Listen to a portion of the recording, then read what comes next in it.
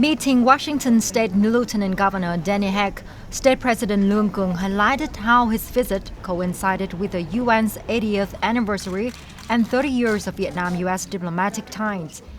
State President Luong Cuong underlined that Vietnam views Washington State as a key local partner.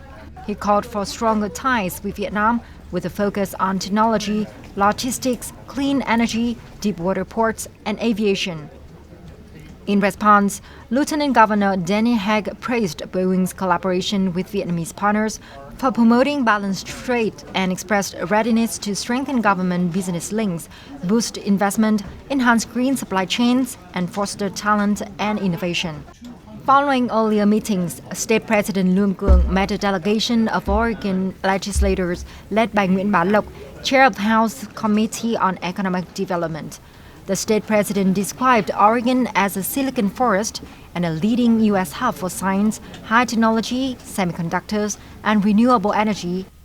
State President Luong Cuong also urged lawmakers to support Vietnam's green economy, semiconductor sector, skilled workforce, as well as U.S. recognition of Vietnam as a market economy with lifted high-tech export restrictions.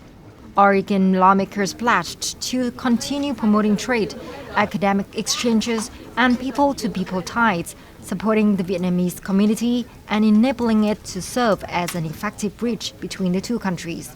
Oregon State Representative Nguyễn Bá Lộc affirmed his commitment to fostering community connections and nurturing a future where Vietnamese Americans remain proud of their heritage and closely linked to Vietnam.